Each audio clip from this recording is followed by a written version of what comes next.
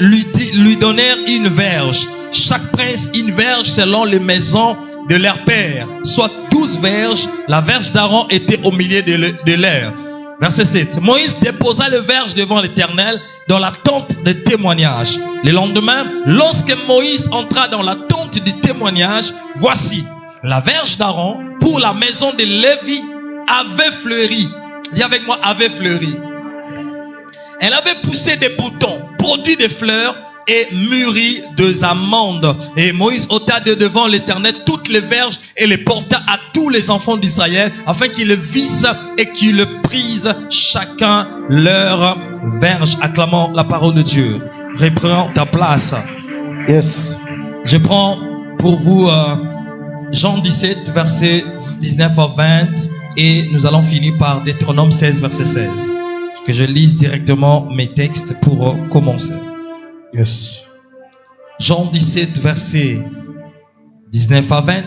La parole de Dieu déclare: et je me sanctifie moi-même pour eux, afin qu'eux aussi soient sanctifiés par la vérité. Ce n'est pas pour eux seulement que je prie, mais encore pour ceux qui croiront en moi par leur parole. Deutéronome 16, verset 16.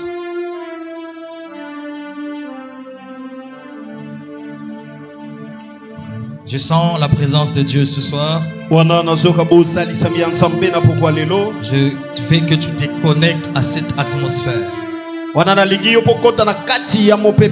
Bible dit 3 fois par année, tous les mâles d'entre vous se présenteront devant l'Éternel, ton Dieu, dans les lieux qu'il choisira. À la fête de pain sans levain, à la fête de semaine et à la fête des tabernacles. On ne paraîtra point devant l'Éternel le main vide.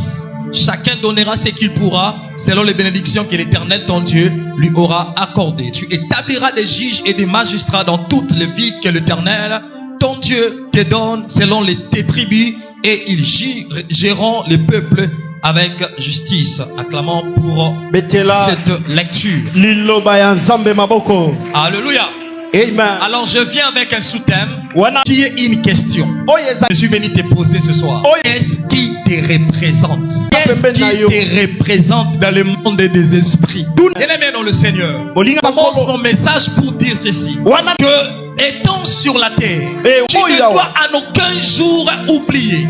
Il y a des réalités qu'il y a autour de toi que toi tu ignores. Ces réalités là travaillent contre toi, pour toi et avec toi. Donc être bête de ne pas croire aux réalités invisibles qui sont autour de nous. Un homme qui ne croit pas aux réalités invisibles, un homme qui ne croit pas au monde invisible est une bête, c'est un insensé. C'est-à-dire quoi?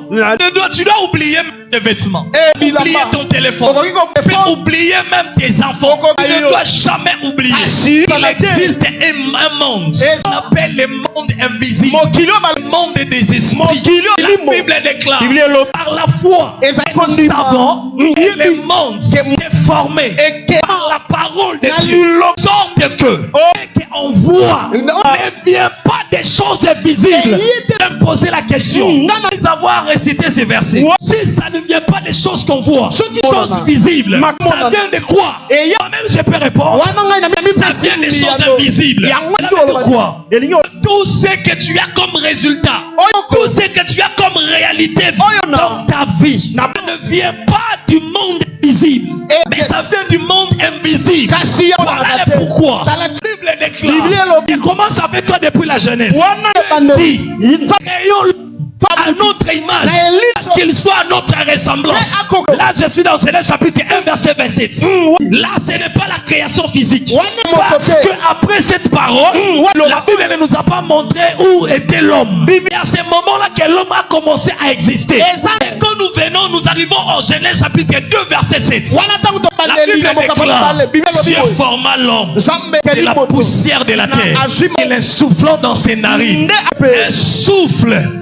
Et l'homme devient une âme vivante. Ta présence est sur la terre. Et le résultat et la conséquence de pensée quelconque. Il y a une création, mais dans le monde invisible.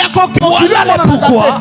Si toi-même tu es la conséquence ce qu'on ne peut pas voir, tout ce que toi-même auras besoin d'avoir sur la terre, mes frères et sœurs, ça doit venir toujours d'où toi tu viens.